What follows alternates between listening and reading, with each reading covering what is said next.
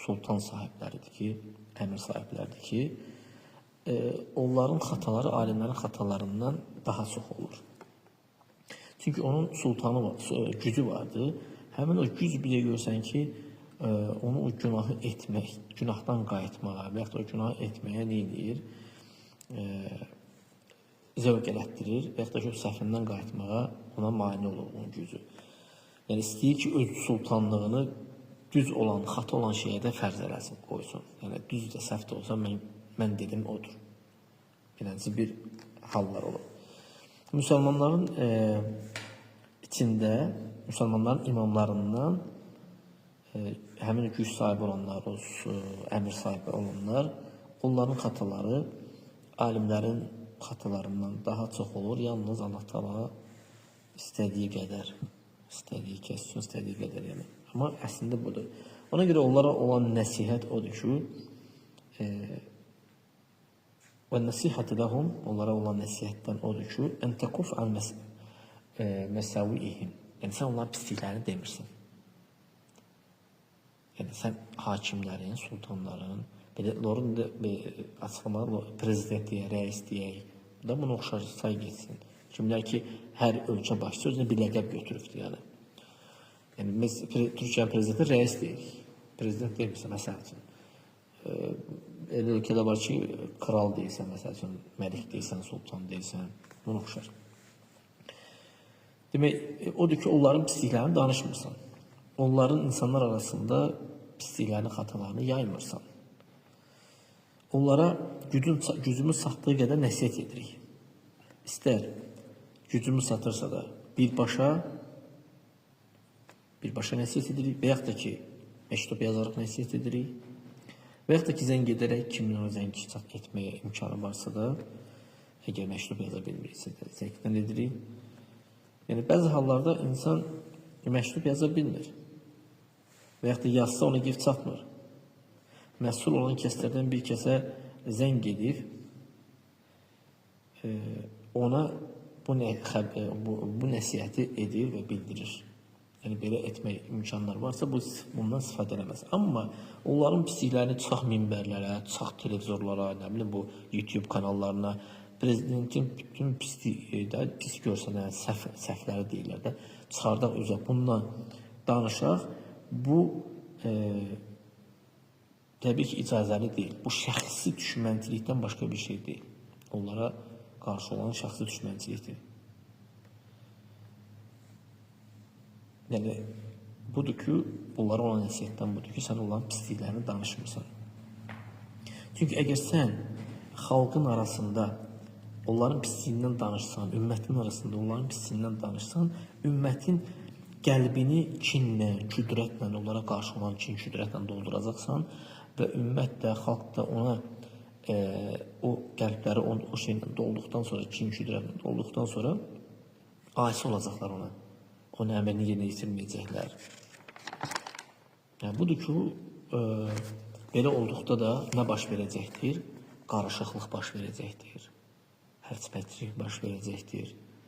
Və qorxu başçılıq edəcək ortada. Qorxu nədir? Yəni, bir günlərə gəlir biz əmin amanlıqdayıqsa da, bu əmin amanlıq gedəcəkdir və qorxu başçılıq edəcəkdir. Amma qorxu içində. Çünki qarışıqlıq düşəndə əminlik pozulur. Bizdə bir söz var deyir, köpək yiyəsini tanımır. O qarışıq olanda, it baxma ki, iyi ilə tanır yiyəsini, görməsə iyi ilə tanıya bilir, amma qarışıqda heç kimi tanımır. Yəni, belə bir vəziyyət olsa, sən insanların qəlbini doldurası olsan kinlə, küdrətlə, belə bir vəziyyət olacaqdır. Amma əmr sahiblərinin heybəti insanların qəlbində qaldıqda,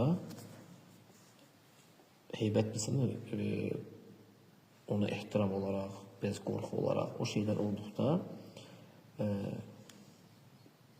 onun əmirlərinə diqqət yetirirlər, qoyduğu nizamlara əməl edirlər, hansı ki, şəriətə müxalif olmayan əməllərdən gedir də, burada nizamlardan gedir. Mühüm odur ki, müsəlmanların imamlarına olan nəsihətdən bu iki növü daşıyır, hansı ki, onlar iki din imamları var, onlar alimlərdir və sultan imamları var, yəni hakimlərdən söhbət gedir. Onlar da əmirlərdir. Sən istəsən denən ki, əimmətül bəyan imamları, yəni bunlar alimlərdir, yaxud da əimmətül sultan imamları. Yəni, belə deyək də, sultanlıq onların əlindədir. Yəni imam alimlər insanlara bəyan edir. Sultanlar isə Allahın şəriətini öz sultanlıq gücləri ilə neyinirlər, yerinə yetirirlər. Bu halda müsəlmanların imamına olan nəsihət, alimlər, onlar bəyan əhlidir və hakimlər, onlar güc əhlidirlər. Bizə lazımdır ki, üzərimizə vacibdir ki, biz onlara nəsihət edək və həris olaq ki, bu nəsihət onlara etməkdə həris olaq. Onları müdafiə edək, onların eyiblərini örtək və bu nəsihətdir bunlarımız. Görürsən, bu günləri istər müxalifətçilər olsun, istər cahil insanlar çıxıb prezidentin hər hansı xatasından, pisliyindən nəsə danışır, bu olmaz. Yəni, bu dinimizdə qadağadır. Yəni, biz bunu qorxaraq, insanlardan qorxaraq deməyik. Allah və Rasulun ağası düşərik deyə. Peyğəmbər sallallahu əleyhi və səlləm nəsihət edir. Nəsihəti belə olmalıdır. Və alə ən nəkuna ma'hum izə axtav fi bəyan zəlikəl xata. Yəni, biz onlarla bir yerdəyik. Əgər onlar xata eləsələr, o bəyanı xata eləməkdə onların özünə yəni. Onlarla bir yerdəyik. Yəni, özümüzlə onlar arasında. Yəni, çıxıb nə bunu minbərdə, nə bunu televizorlarda, nə YouTube kanallarında olmaz. Belə şeylər olmaz. Alimlərə gəldikdə, yəni ola bilsin ki, bu alim, biz etiqad edərik ki, bu alim xata edibdir.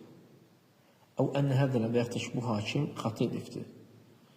Onunla münaqişə etdikdə bizə bəyan olunlar ki, xata eləməyibdir. Bizə o xata kimi görsənibdir. Və yaxud da məsələnin kökünə qaydında, çünki maneələr ola bilər ortada, biz onları belə bilmirik. Biz bilmirik ki, başçılar hansı vəziyyətdədirlər, onlar hansı çətinliklərdədirlər ki, bu əmin-amanlıq qorunsun, insanlar yaxşı yaşasınlar. Biz onu belə bilmirik ki, onlar kimlərlə söhbət, hansı təhdidlər var, hansı təhlükələr var. Biz oturmuşuq sistemimizdə, gedirik işimizə, gücümüzə, gəlir əmin-amanlıq, əlhamdülillah. Amma onlar nə ilə qarşılaşırlar, hansı təhdidlər var, hansı təhlükələr var, biz onu bilmirik. Onu onlar bilirlər, ona görə də biz neçə ki, müsəlmandır başçı, onun heybətini qoruyub saxlamaq lazımdır. Yaxşı, necə ki, bu şeylər çox baş veribdir. Elə başa düşüklər alimlər və yaxud da ki, hakimlər xata ediblər, sonra münaqişə edində görürsən ki, xata eləməyiblər. Kədəlikə eydən rubbamə ola bilsin ki, həmçinin bizə də bu şeylərdən, bu alimdən və yaxud da bu əmirdən elə bir şey nəql oluna bilər ki, olmayan bir şey nəql oluna bilər. Yəni, burada kimisə pis nəql edən kəsin niyyəti pis ola bilər. Qəsdən belə eləyər ki, onu aşağı salsın bu kəsləri.